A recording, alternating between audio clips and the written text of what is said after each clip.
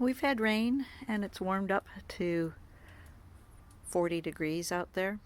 So instead of going to my freezer to get garden vegetables for the next batch of my egg cups, I'm coming out to the garden. Let's see if the Swiss chard that I had growing under cover during that super cold weather we've had,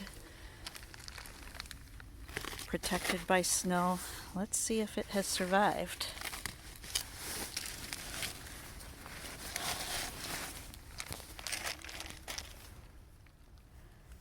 Well, not all of it has, but there is still enough fresh Swiss chard out here for several batches of egg cups this winter.